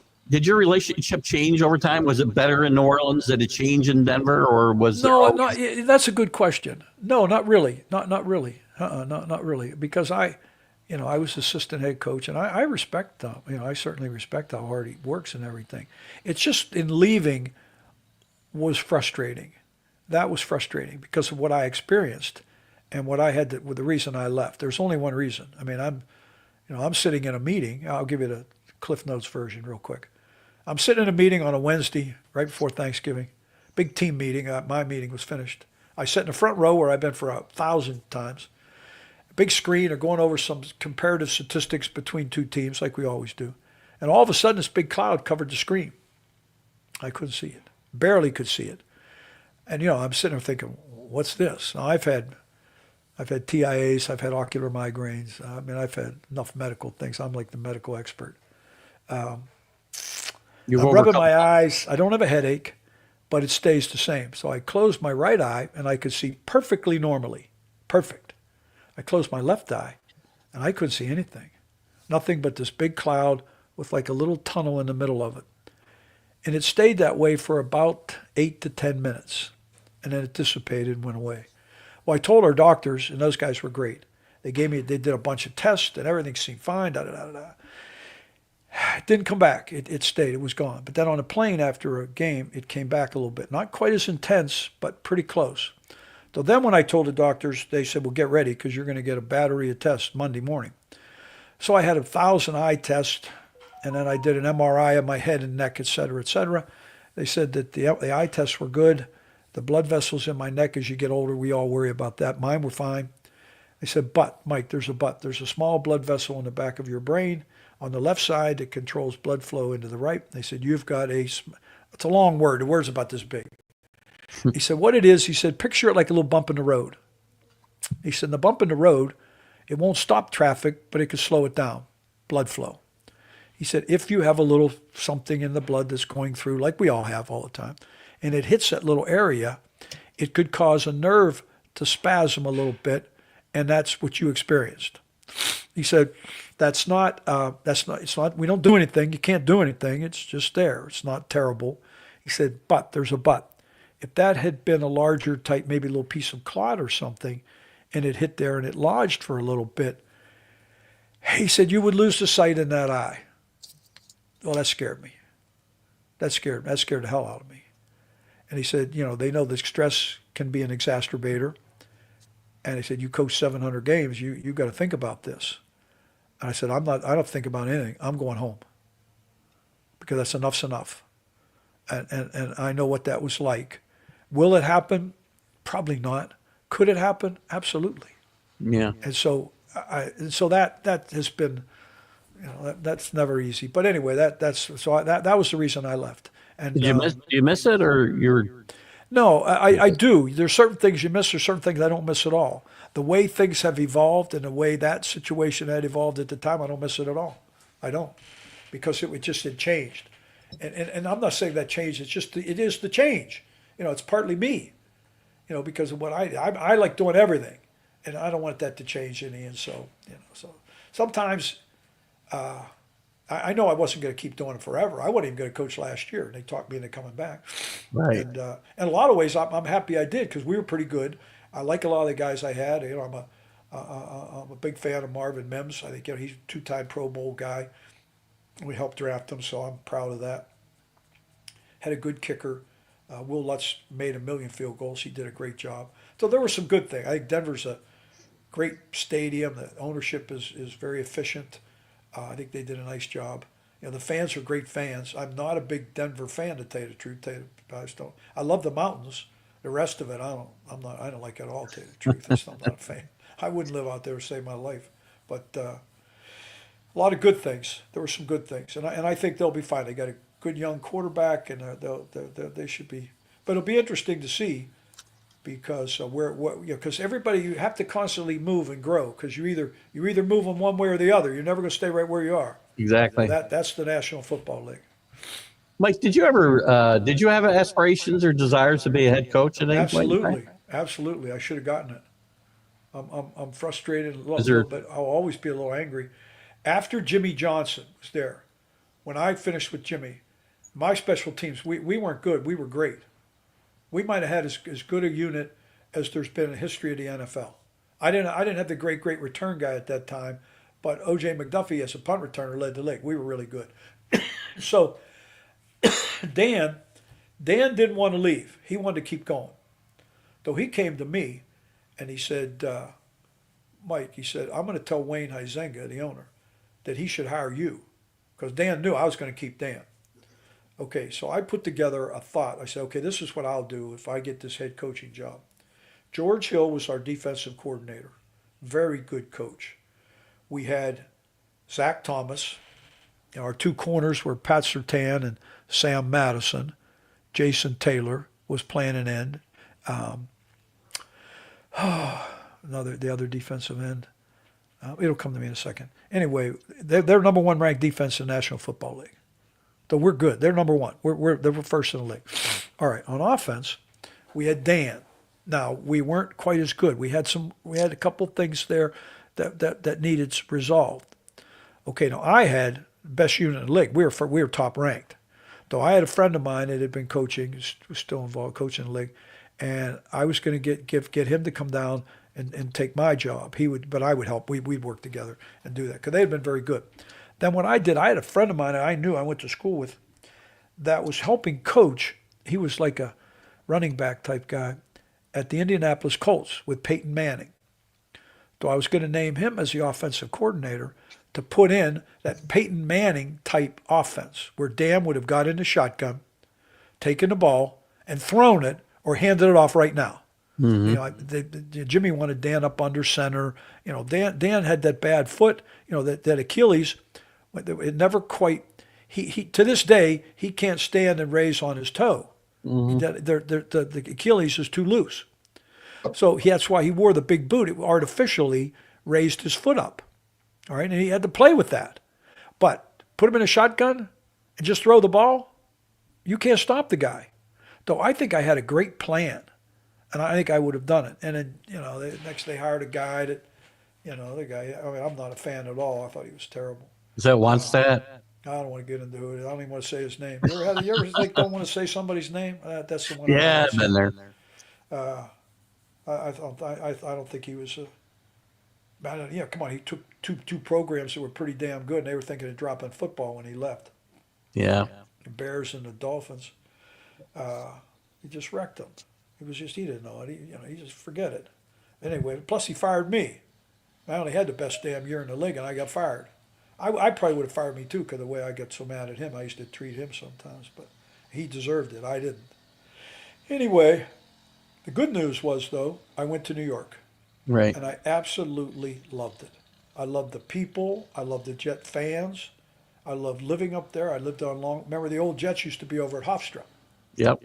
All right, and we had a crummy little place, but they fixed it up.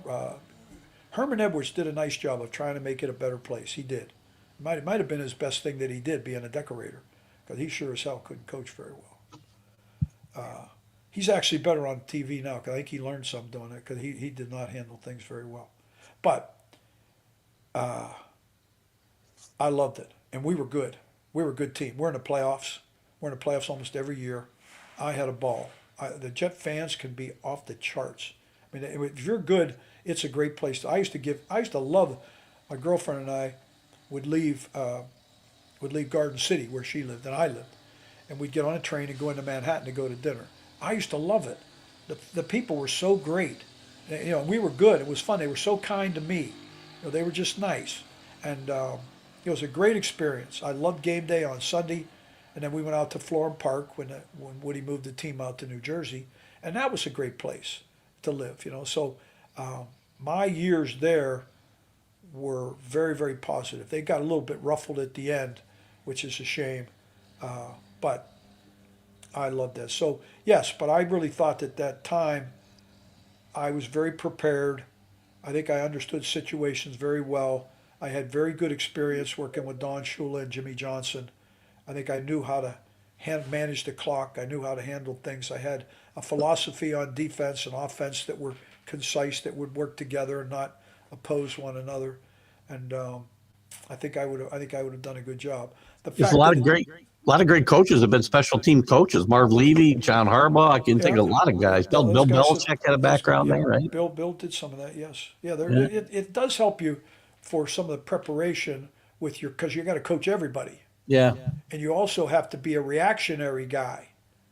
Like there's some offensive coordinators that to become head coaches that really they'd rather complete a pass than go to heaven, and they don't have a clue how to manage the clock and run the ball and da da da da da.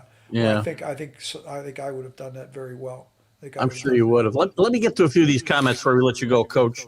I think you alluded to this a little bit quickly earlier. The new kickoff rules, which I think are ridiculous. Can we legislate violence? Not violence. Violence is a word. It's a violent game, right? You can't legislate it right out of the game. That's part. It all came about to try to lessen the violent collisions. Right. That's how it happened. They eliminated. Remember back the old day with the big wedge. Yeah. So they cut the wedge out. You went from having 4 to having 3. Then you went to 2 and 1. Okay. The way you would double team and then the trap coming from a particular angle. That's something that I did exceptionally well. That became illegal. Though they wanted to cut that back. Though really they come up with kind of this hybrid. It's got some benefits, but they didn't quite figure it out. They think there's still way too many touchbacks because when the average starting field position is about the 29-yard line, why not just kick a touchback and take the ball on the 30? 100%. Though that's silly. Yeah. Some people have tried to say that they'll make all of the fouls either be, start from the 20 or 25 and be the same instead of the 40, the 30, and the 20. Okay, that doesn't make any sense. That's not going to work. What I would do, if you want to have this, I would move the kickoff back to the 25-yard line. I would keep the touchback. Ball comes out to the 20. So if I kick a touchback from the 25, I'm a winner on defense. I win. Now, what it'll do, it'll encourage teams to run the ball out of the end zone a little bit. Because you don't want to, so if it goes 4 or 5 in the end zone, you'll run it out. Right now, if it goes 1 inch in the end zone, they don't run it out. Right. Because the blocks are all occurring at the 30. If you're going to run the ball out, what I would do to also make that more realistic is right now you've got all your coverage guys lined up at the 30. Okay? Then you've got 5 yards, and then in the next 5-yard line, you line up your next 9 football players. Okay? All right. I would take that distance and move it back 10 yards. I would let the return team be a little bit deeper, because when I'm 5 yards apart and I have to start to go back, I can't run back very far because the guy's right on top of me. Though what you're seeing they've taken the game from what it was and they've turned it into a travesty. Mm-hmm. Because the thing that's what everybody's doing, everybody goes back a couple yards and they turn around, they grab and they hold you. They could be if you watch Dallas film, just watch the Dallas film. Every guy holds every play. Every guy holds every play. We call it the lobster. They take their arms, they put them out, and they grab the guy. Now, if they get a penalty, okay. If they don't, they might run a touchdown. They think it's pretty cool. I think it's a disgrace. But if I put them at 10 yards, I can get back a little bit, and I actually have a chance to make a block. Now, if I grab and hold, throw the flag. Yeah. But I think I can create a run.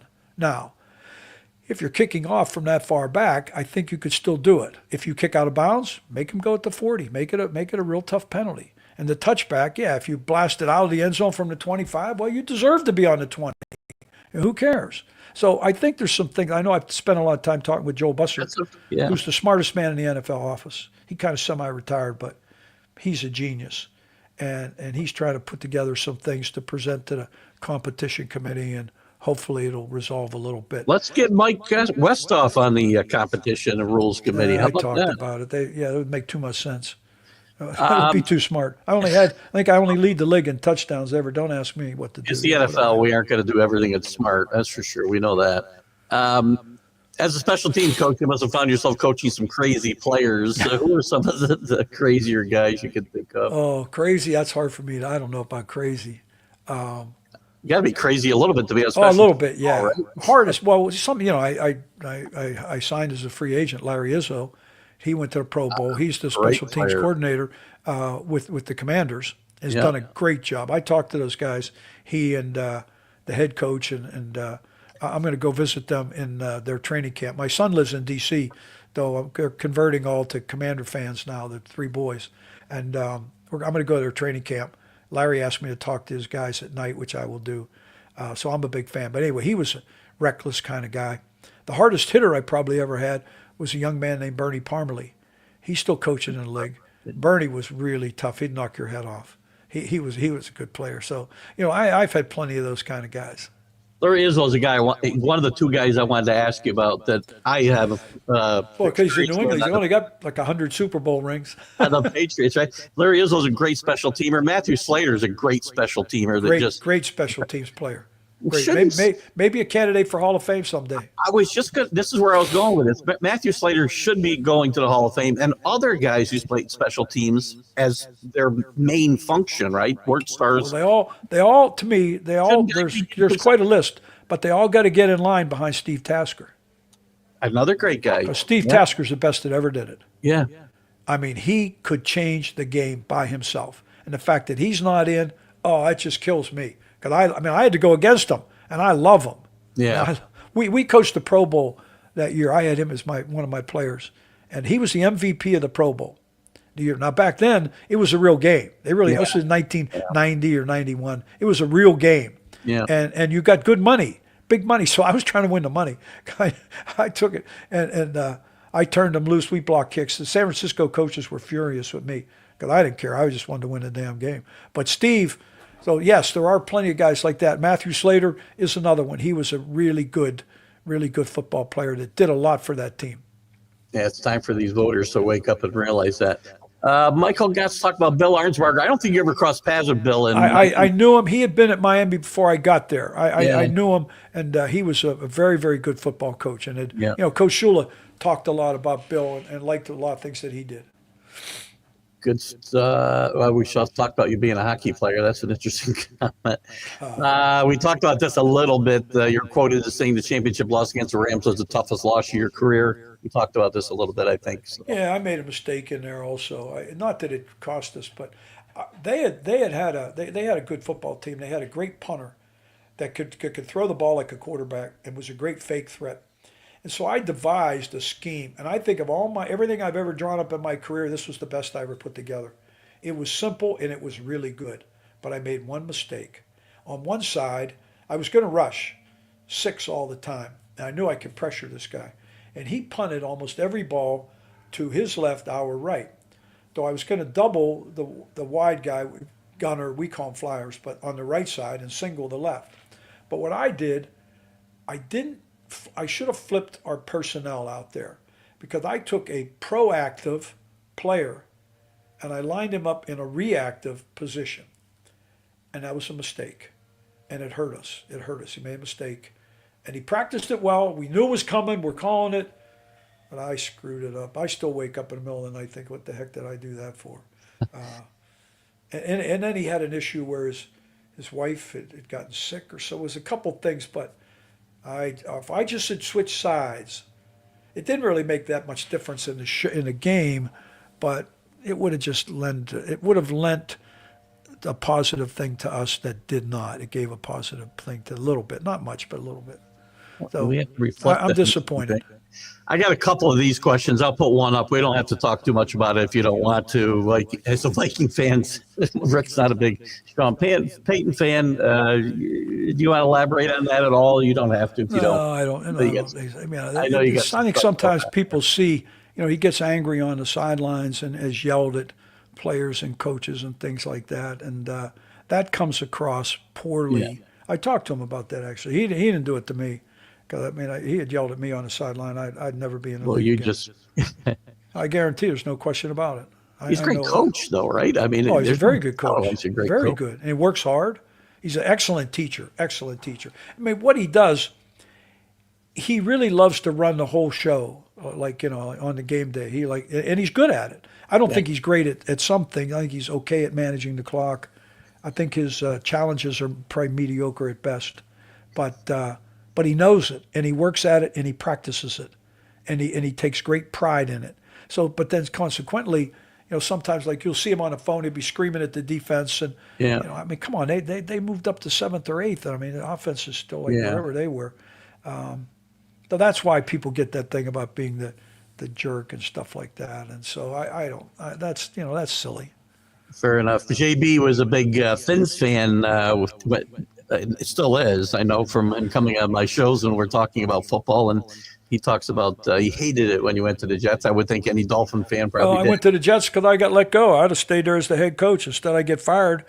Oh, what's interesting? I got fired. And back then, we used to have a thing where the group, the special teams guys, all had a thing at the end of the year where they picked the coach of the year. I was unanimously elected coach of the year and got fired. Unanimously. So, what do you want me to tell you? Think that guy knows what he's doing? I don't think so. You can't figure that out for sure. So I went to a place that I ended up loving, and that was a good situation. But I would have if I could have stayed at the Dolphins and had a chance to execute what I was describing to you, doing the defense a particular way, and that type of thing. I think it would have been a very interesting challenge. I think I would have held my own. Yeah. Danny's got a good question here. Who were the special team coaches you looked up to? There was a lot of good. Frank Gantz was a great coach. If I had to come up with one name, it would be Frank. Yeah. Frank Gantz. And Frank helped me when I was young. Frank was good. Now, Frank wasn't really very innovative, didn't do a lot of things, but he did them exceptionally well. His team were not penalized. And so I think I learned that discipline and that structure from coaching teams from Frank. The innovation and putting things all over the place, that's me. That wasn't him. But he's one of the, if I had to pick somebody, it would absolutely be Frank Gantz. Because be honest with you, a lot of the guys before me, I don't think were very good, to tell you the truth. A lot of them really weren't. There's a couple guys that were pretty. Rusty Tillman out in Seattle did a real nice job. Yeah. But he could teach rushing the punter and covering kickoffs. The rest of it, he couldn't run the ball to get across the street. But he was good at that. And so, those are some things. But Frank was a real disciplinarian and a person that I learned a lot from. I remember as a kid, the Vikings had, this is back in the 70s, had great special teams, Matt Blair and some guys that were played their positions full time, but they blocked a lot of kicks. I couldn't even tell you who the special teams coach was then. I don't know. Probably, knowing those guys, it was probably Bud Grant. Bud did. Yeah, it might have been, right? But he did everything. I mean, he was, I remember going against his, it was my first game in the National Football League. First game. We were playing in the Hall of Fame game. Yeah, the Hall of Fame game. We were playing the Hall of Fame game up in Canton. And on Monday night, it was, as a matter of fact, Howard Cosell was doing the game because I actually met him. I got a chance to, I said hello to him. I thought it was kind of cool. Anyway, and Bud Carson, of course, is our defensive coordinator. Let me just hang this up. Tell him I have to call back. Sure, we'll let you go here in a couple minutes. No, it's 1 second. I'll call you back in 10 minutes. Anyway. I love you. And we're standing there. Here comes. We're on the field early because we're all college coaches. What the hell did we know? We're out there early. We're practicing. And the Vikings aren't even there yet. They're not even at the stadium yet. Well, here comes their bus. Now, this Viking team, I mean, this is Bud Grant. I mean, these are the real deal, these guys. Yeah. And Bud Carson sees them come in, and he looks at myself and another couple of guys. We're standing there, and he said, "Okay, guys," he said, "tonight you're going to find out what you don't know." And was he right? They killed us. They beat us. They were so tough, so fast, so organized. And as we're still dragging bodies off the field, they're in the bus going home. They're leaving. I said, we're not even off the field yet. They came in late, came on the field late, ran through a couple drills, beat the hell out of us, and went home. I said, Bud Grant's the real deal now. He's really a coach. He knows what he's doing. So I got a real education from Bud Grant. It was getting my butt kicked up around my neck. He's pretty special. Guys, I apologize because I've got to get going here in a second. I'm going to go through a couple other of these real quickly. There was some thank yous. Jay Train, who is a big James Martin, big New Orleans fan, he thanks you for your time in New Orleans and what you contributed there. I'm not sure what we got there. Dante Hall. Dante Hall, I loved him. Yeah, Kansas City. Although he took full advantage of a particular rule that if you signaled for fair catch and the ball hit the ground, the signal was off and you could pick it up and run. He ran 2 punt returns like that during the season, went to the Pro Bowl, and I fought against it, and they changed the rule the next year. So I loved him, but he beat out my guy that he beat. He went to the Pro Bowl. It should have been us. So there. A little equal time for Peyton. JB says that he met him when he was with the Giants and seemed to be a super nice guy. So we'll give him his equal time. And Rick says thank you for coming on. Mike, nobody beats old school coaches for their honesty and storytelling, and I agree 100%, Mike. I appreciate every second tonight. I took you a lot longer than I planned on. Oh, it's fun. You did it. You made it fun for me. Well, I'm glad. You did a great year. You call anytime. It was a lot of fun for me. And the way you did it, you brought some things out. I think it takes you kind of what maybe people would like to hear and what they'd like to hear, what they'd like to see. Because it's a tremendous game, and I'm very, very proud to have played a small role. Well, you have played a bigger role than you probably admit to, but listen, the book is great. Put the book up. You said you had the book? Yeah, I do. Let's put the book up since I lost my page to share when I had to pop out of the thing. But we'll I even have the hardcover. Here, I'll give you the hardcover. There you go. Figure it out. Figure it out. My 32-year journey while revolutionizing professional or pro football special teams. Great job. I think it's pretty cool that I'm proud of it on the cover. It's a great read. Roger Goodell on the cover said, the National Football League, Mike Westhoff changed the game. He did. Great. It's a great read, too, guys. I'm pretty proud of it. I wrote every word. I had some help. A guy, Barry Wilner, helped. He did the interviews for me, but I wrote every single word, and I had a little bit of help. Believe it or not, a girl I went out with, my girlfriend at the time, was very bright. She's brilliant, and she can word things exceptionally well. In fact, I actually was talking to her today about wording a letter thing I have to write. I said, I need help. Can you help me? So she was helping me on the phone. That was pretty cool. So anyway, I'll give her some. Patty Tenalia, I have to give her a little bit of props because she actually helped me with how to get into a couple of things that I kind of got stuck on. So I have to give her some, because she always complains that I didn't give her any props. But so now I'm giving it to her. Tremendous stuff, Mike. I appreciate it. You had a great career. We went long, but 32 years. We didn't feel like we didn't even cover like a pimple of it. So great I think job. It's 30. I'm going to take 34. I think it's 34. 34. I will change the title and when whatever it is. I don't know. It was a lot of games, and I had a lot of fun, and I was very, very happy and proud to be a part of anything. If you come out of retirement again, can you do me a favor? No. Do it in New England. I can't. No. I'm a fan up there. I think I have a lot of respect for New England. It's a tough place to play. Great fans. Yeah. We've had a blast. Mike, I've had a blast. I'll thank you again. You have a great weekend, and we'll be in touch. Maybe I'll do it again. Okay. All right. Again, thank you. Thank you. Bye-bye. Guys, the great Mike Westhoff. Yes, honest. You want honesty, you get it from guys like Mike Westhoff, as Rick said. Awesome job. Appreciate every minute. I know we went long. Guys, we'll be back on Sunday with the Sunday Stream of Consciousness. Keith Engle for TGI Sport Talk. Have a great Sunday. Bye-bye. Football season is here, and SeatGeek is my go-to for buying tickets. Now, with SeatGeek, every single ticket is backed with their buyer guarantee. We've all had plans change, and when you can't make it to the big game, SeatGeek has you covered. They're the only ticketer that allows you to return your tickets ahead of the event for credit with SeatGeek swaps. So when things come up, I know that my tickets won't go to waste. So what are you waiting for? Download the SeatGeek app to maximize your possibilities and shop live events with confidence. You're listening to Keith Engle, the host of TGI Sports Talk on the National Streaming Sports Roku channel.